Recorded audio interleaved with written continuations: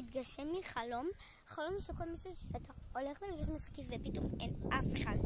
אני אראה לכם אפילו שאני לא משקרת, אני פה במהלך הרעד, כאילו, יש פה אנשים עם עולים, אבל אף אחד לא בא לפה. משפט, אף אחד לא בא לפה, אני אראה לכם. תסתכלו שם, פה בנדנד אין כלום, סבבה.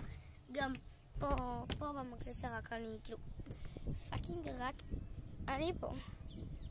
אין פה פאקינג אף אחד. תסתכלו, ולפה גם כאן.